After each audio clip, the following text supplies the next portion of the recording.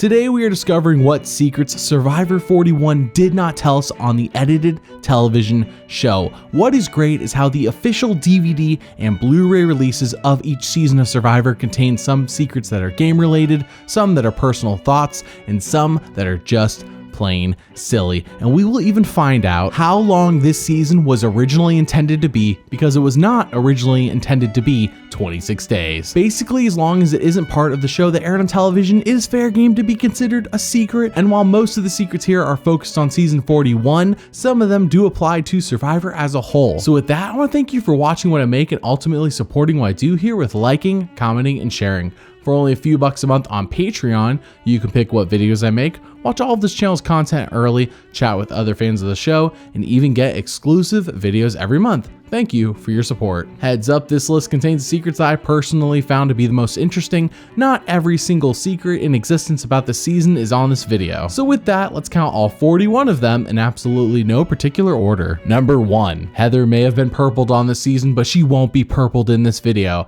That's a Jeff Probst guarantee. Episode 2 of this season has one of the wildest secret scenes that I am surprised was cut for time.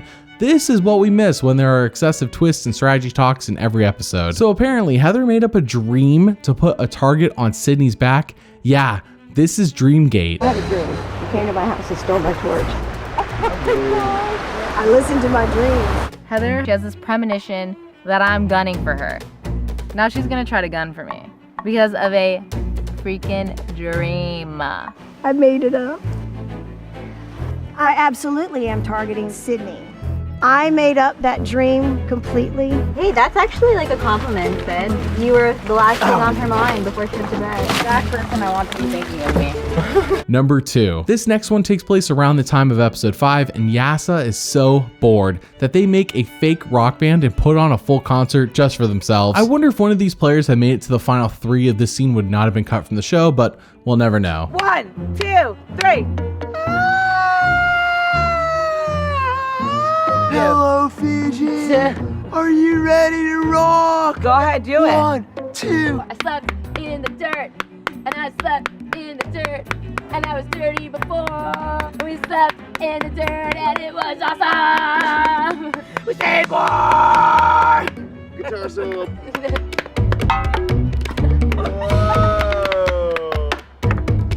Number 3. I usually try to hold off going into Ponderosa videos in these videos until later on, but this one cannot be pushed back. Shan falls in line with a lot of past seasons where usually one person is salty with everyone who gets voted off and cannot fathom why you would even consider getting rid of them. You should take them to final 3 and let them win. CRC in Philippines as a good example. So here's part 1 of Shan being salty with everyone who comes in when Liana, her ally, comes to Ponderosa. I need to know because I'm so confused. She's been dying. Oh yeah, ask me. What?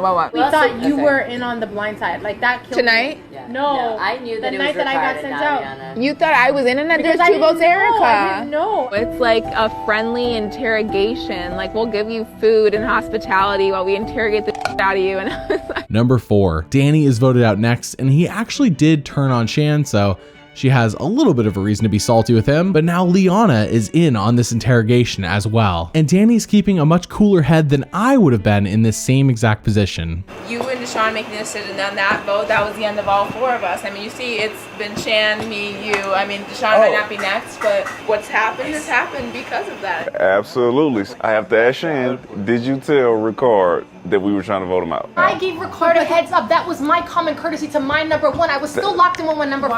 I'm still trying to figure out why you voted me out. I just told you.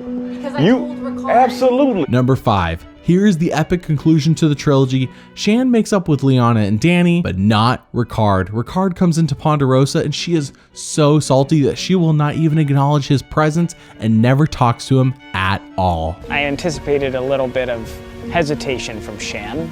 I still don't fully get it. I don't understand why we have such tension, and that why even this first greeting of me coming in couldn't be more cordial. I just sat by myself for maybe an hour and a half, waiting for anybody else to wake up, and the first person that comes out is Shan, and she refuses to make eye contact with me. I thought the game would end and we would continue. The bond that we created, maybe it'll restart in the future, but right now, it is nothing. Number 6. Now, usually after a season is finished filming and it has aired, people have moved on and are typically no longer bitter with each other. Heck, even Randy Bailey can let bygones be bygones, and he loves being salty. But not Shan. To this day, she still cannot be friends with Ricard. I think the struggles of the anxiety of the game, having to rewatch everything, and just seeing how we're received by the fans and how I think we're continuing to be on a journey. I don't know where we are in present day. I don't know if we're friends. I don't really know where we are. It's like, I hope that we have a future, but I think we just need some time from the finale to figure things out. I don't know. It's really hard watching our story be told back. Number 7. As pretty much everyone knows, the season was delayed by a whole year due to COVID. No seasons were filmed in 2020, though Survivor intended to not push season 41 back that far. They did originally plan to just delay the filming from March to May, according to Erica. When we were told in March that we weren't going to be filming, we were actually told, okay, it's going to be delayed for 2 months. Hoping that, optimistically hoping that COVID was going to be a bit different than it is now. So we thought that we were going to film when 42 would normally film. But then a month later, I hear, okay, we're pushing it back another 2 months. And then a month later, same thing. So it kind of went on like that for a few months. And really, that actually kept my hope alive during COVID, because I'm like, okay, I'm still going to work out. I'm still working for something. So it was Labor Day weekend. I was on the island in Toronto. I was at the beach and I got a call saying, nice. We can't film this year. I had to go into the bushes and hide and like not tell my friends what I was doing. But I got this call saying, we're not going to film it this year. We can't promise that everybody who's on the cast is going to be back on. Hopefully you'll hear from us next year. And I just remember being so heartbroken, but then having to go back to see my friends and smile with a White Claw and act like everything was fine.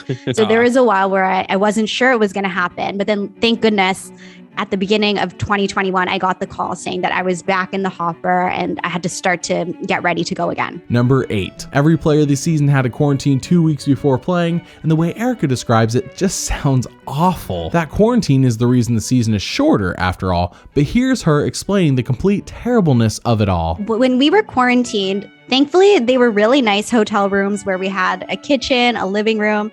So I had a balcony I could go on and I could see from a distance, I could see Ricard, I could see Voce, and right underneath me, I could see Tiffany.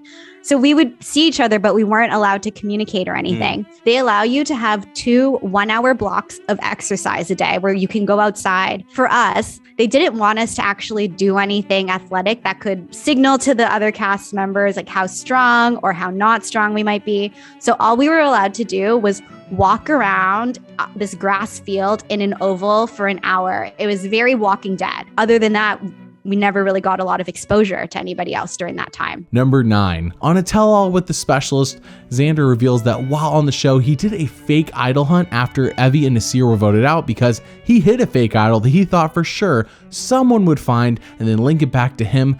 Thankfully, though, he gets away with it. Fake idol hunt that they didn't show that I caused. I planted a bunch of fake idols around the island and went out and found them. This is after Evie was gone. So I planted the fake idol. And I wake up and I know that the whole island is going to chaos is going to unleash if I go off on my own because everybody knows that I'm the next person to go. I walk out and then of course I'm immediately followed by Deshaun and Liana.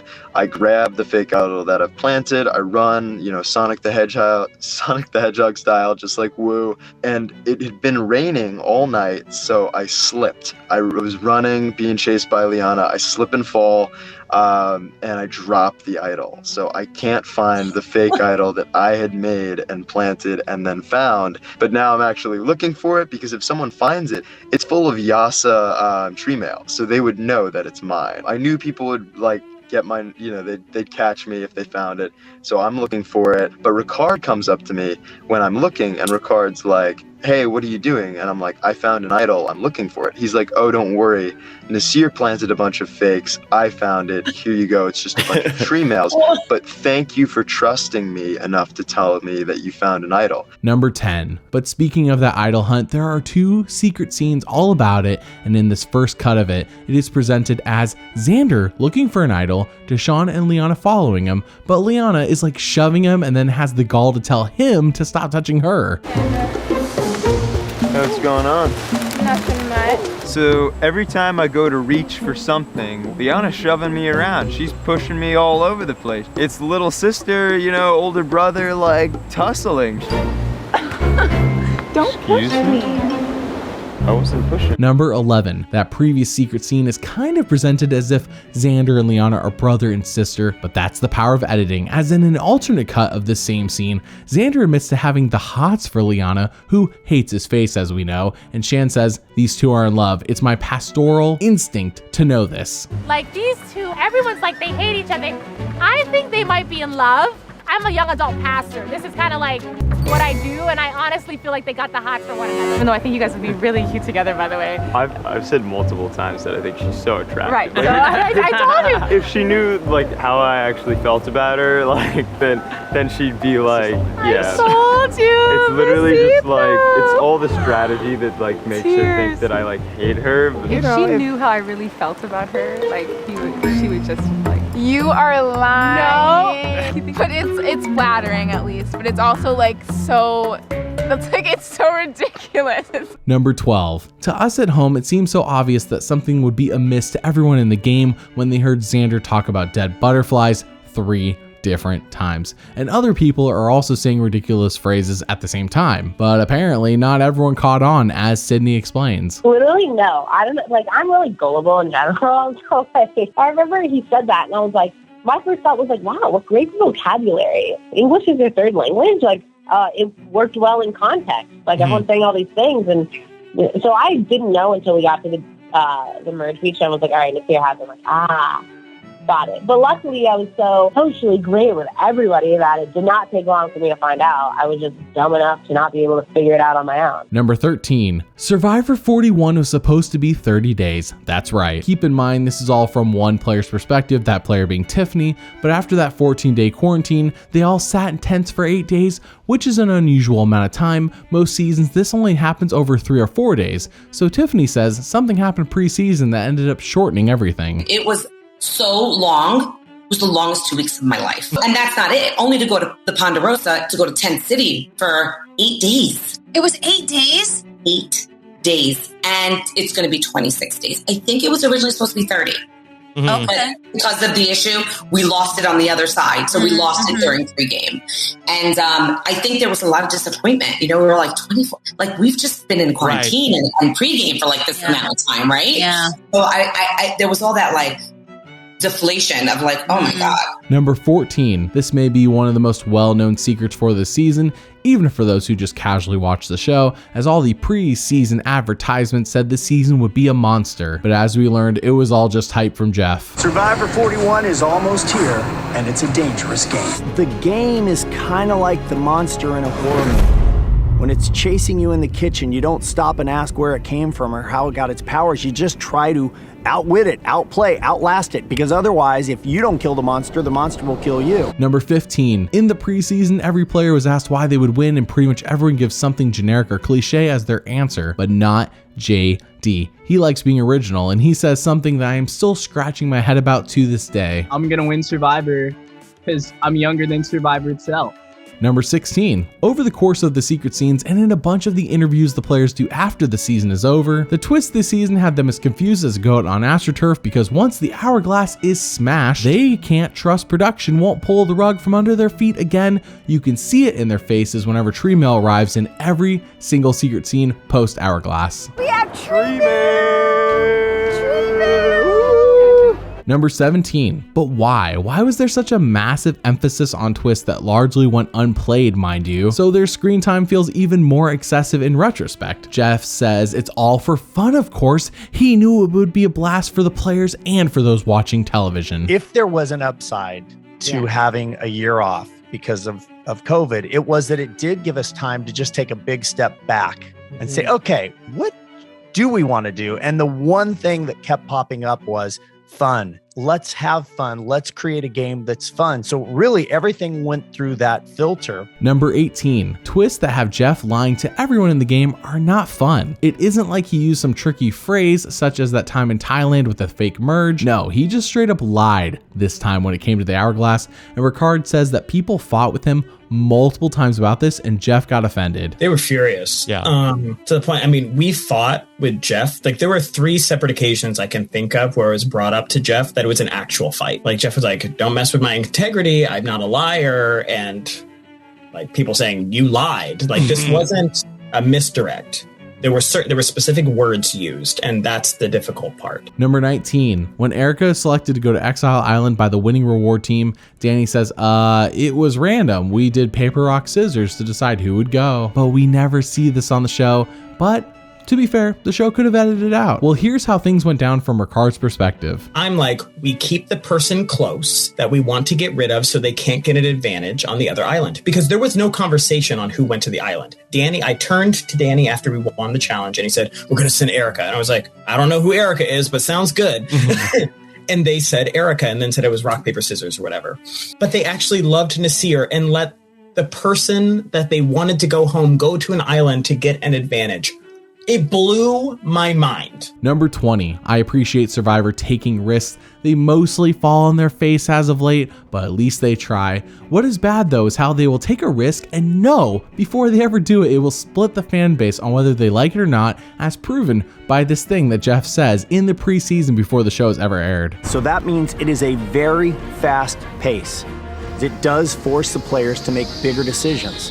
So there will be new advantages, and there will be some controversial twists. Number 21. We all saw players like Nasir and Shan go home with idols in their pockets, but why? In Nasir's Ponderosa video, he says, I was completely blindsided. I had no inkling I was gonna get voted out. But for Shan, it's not the same story. My spidey senses were going tonight, but I kept saying, Shan, just hold on to the idol one more. You can guarantee yourself final 6 or final 5. Just hold on. Number 22. The players on Ponderosa came up with a song that is pretty epic, and I will do my best to show as much of it as I can. But I need to know, do you think this song is better than Chris Noble's rap from Ghost Island? I jumped off the ship, ready to play with 17 other castaways. Made an ass of myself on the balance beam, but hey, who cares? Ponderosa queen. Soon may the Jeff Probst come to stop our torch. Our game is done.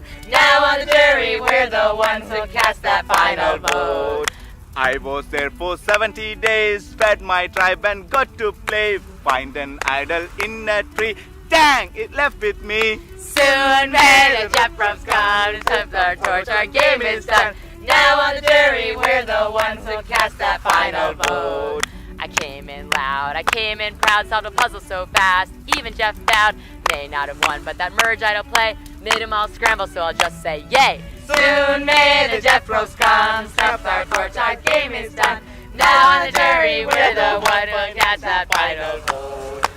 Ooh, I went one by one, I rose the Shanster, she's not done. She had a clan and hatched a plan, better get on board or you'll get banned. Soon may the Jeff Probst come and stop our torch, our game is done. Drop the 4 but keep the 1, we're here to have some fun. Moolah! Number 23. This next one is wild. Like, I was blown away hearing it. This might be the most surprising one on the list just for me. Jessica Lewis from season 33 is on this interview as well, and she basically confirms what is being said here as Tiffany explains how there are birds on the island who do not know what to do with humans and apparently are so dumb they just accidentally kill themselves constantly. Birds, we had those crying ass birds. Oh my gosh, we had well, obviously I was with BG too. Those birds are terrible. They're the worst. They're obnoxious. When we were out there, we were like the first ones on the island of Fiji, and one literally ran through our fire because they had no concept of like anything, and they would run through while we were sleeping, but he literally set himself on fire, or she, whatever it was. But a bird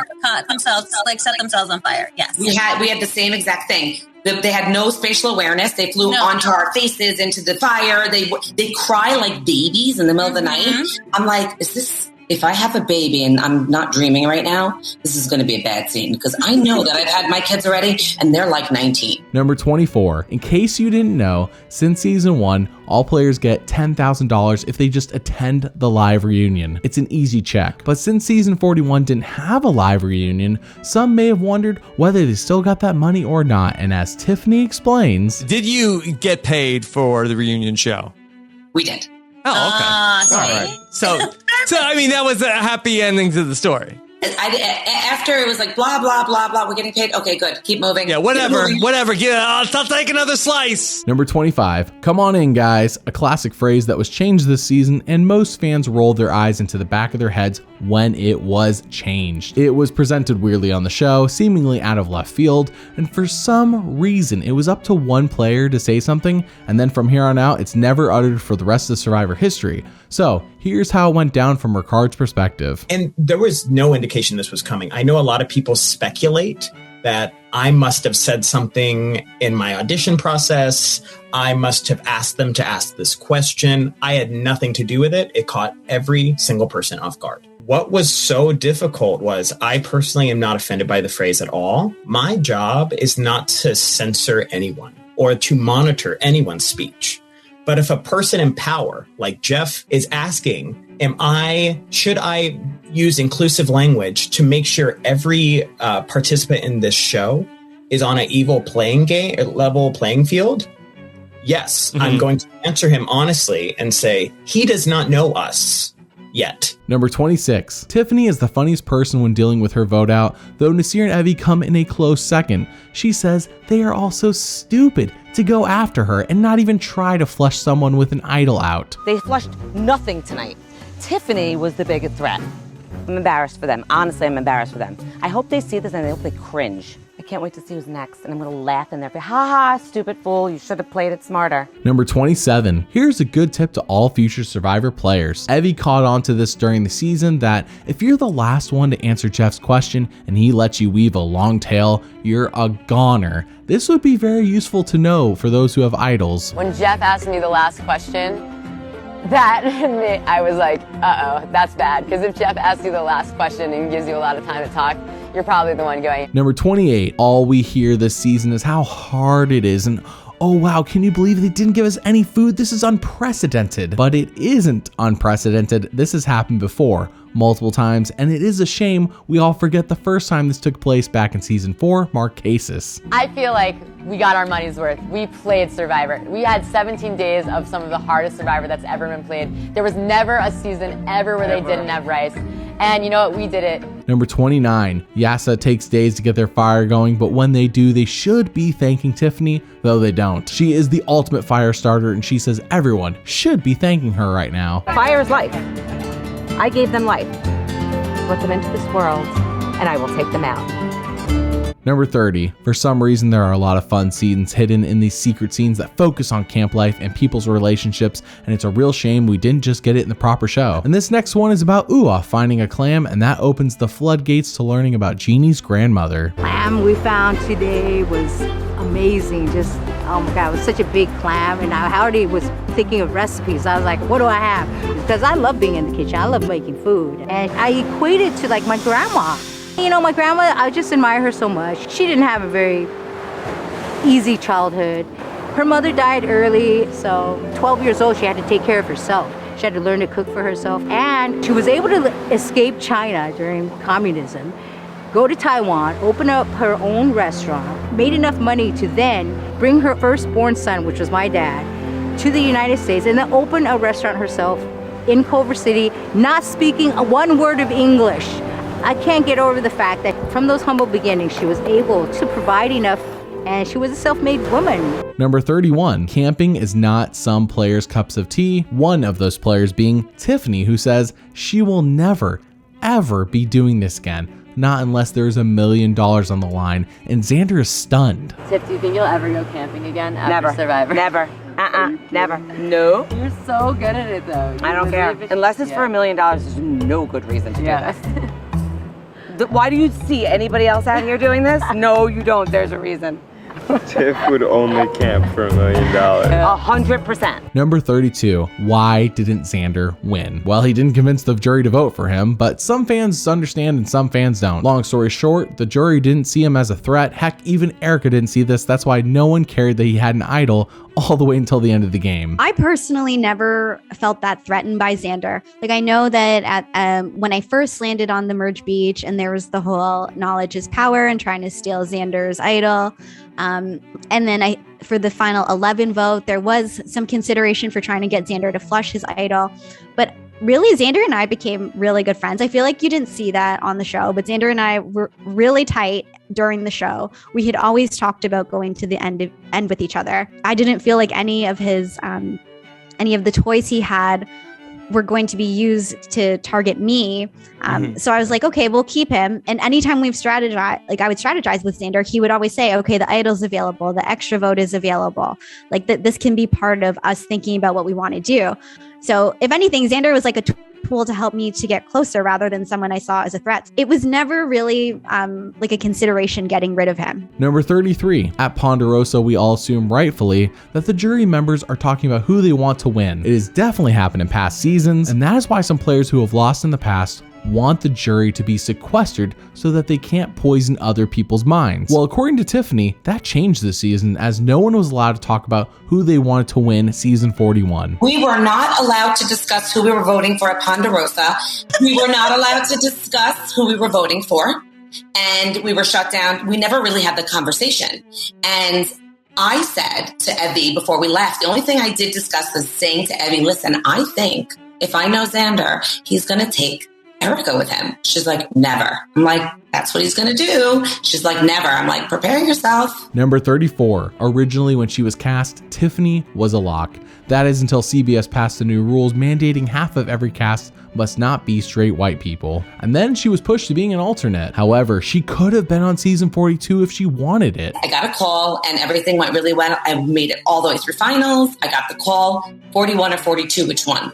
Like, it was up to me to choose. Can you do 41 or 42? I said, I'll do either or. So I was like a swing, either, whichever one they needed me for. I would have done either or. It is a new era. Number 35. When players get voted off and go to Ponderosa, they are handed a menu of what food items they want, waiting for them when they get there. This is normal, but what is new, at least from what I've seen so far in the secrets videos, are the survivor names attached to the items. Can I get the Caesar salad, the swing vote Caesar salad, the Outlast lobster? I want the Ponderosa pasta. Oh, all the fixes that Jeff didn't give us. Can I get all the fixes that Jeff didn't give us this season? Number 36. Here we go. Our traditional who lost the most weight on the season secret, at least when I get to know what the weight loss is. In this shortened 26-day season, Ricard gets the record. 67. So 22. Number 37. Who should be on the Survivor Mount Rushmore? AKA, who are the 4 people that best represent the show? Ricard tackles this task with some definite recency bias, but I would love to know who you all would pick. One of the most iconic players. Drop the 4, keep the 1. Survivor 41, Ricard. Number 38. Remember back when Brad was in the season? Good times. Anyways, when he went running off and watching Ricard spying on him, apparently Ricard claims that he knew about this. Now, he didn't know Brad was sprinting up and down the beach like a madman, but he knew that Brad was spying. I knew that he was creeping on us because I saw him like looking around a tree at one other point when I was talking to, I think, Shan. I did not realize he was going to book it down the beach, but I knew there was always the chance that Brad would be listening. Number 39. Ricard does not like JD. And no, I don't mean like he used to not like him. I mean, he still does not. As Ricard explains, JD would argue with them all the time on UA and just do dumb stuff. My frustration, I think, in challenges, he wanted to be the star. I want to do the ring toss. I've been waiting my whole life to do this like Malcolm. It was constant. And so we have a very brief moment where we get to plan for a challenge. And we spent the majority of the challenge of him arguing with us because he didn't understand the rules of how to switch from picking up sandbags. And the rules were one person can switch out with somebody else on their side. But he thought none of this matters. He just didn't listen, but he always wanted to give his input on how a challenge should be run. And he always wanted to be the star. I'm a runner. I'm a professional surfer. I'm all these things. But he never produced. Number 40. Apparently, according to Ricard, JD would also lie to them as well. Even after they caught him, he would still stick to the lie as if they were going to change their minds. We all saw JD tell a terrible version of what happened at the summit in episode 1, but Ricard says he never even fessed up about it. Even after being caught, Ricard claims him and Shan would have been cool with JD had he just confessed, but I'm personally pressing X for doubt on that one. Everything he said was like lies throughout the thing. And it's like, we are willing to work with you. We were so chill if you had something. We were going to protect you. And you lied about it over and over and over again, but made such a scene at being called a liar when you were lying. Stop. I was so mad at him because we really came into it like, hey, look, I know you told us the Trek story like 3 days ago. We've been thinking about it. Really, if you just tell us the truth right now, because we really feel like you have something, we won't even think about it. Like, it won't be a thing. We promise. So it will not be a thing. We won't be mad. And we did this so many times that for him to just continue to lie about it, we're like, this story made no sense. It made no sense. And they cut out a lot of it because the story went on for like 15 minutes. It was just rambling in his hair, and he couldn't keep the rules straight. And it was just so clearly made up. All of our faces were like, what on earth is this story? Number 41, Heather. I said I wouldn't purple her, and I kind of did. Sorry about that. Well, she is the last one at Ponderosa, and with that, she has a limited amount of time for all the fun activities. So in her Ponderosa video, we get a fun montage of her trying everything that she can. As a super fan of this Ponderosa, I've got to make it all happen really fast. I only have 1 day, so let's go.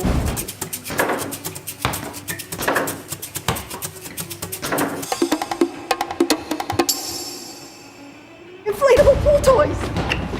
Oh, yes, me. So which secret blew your mind the most? Comment below and let me know. Thanks for watching, and doubly thanks for liking and subscribing. See you all next time.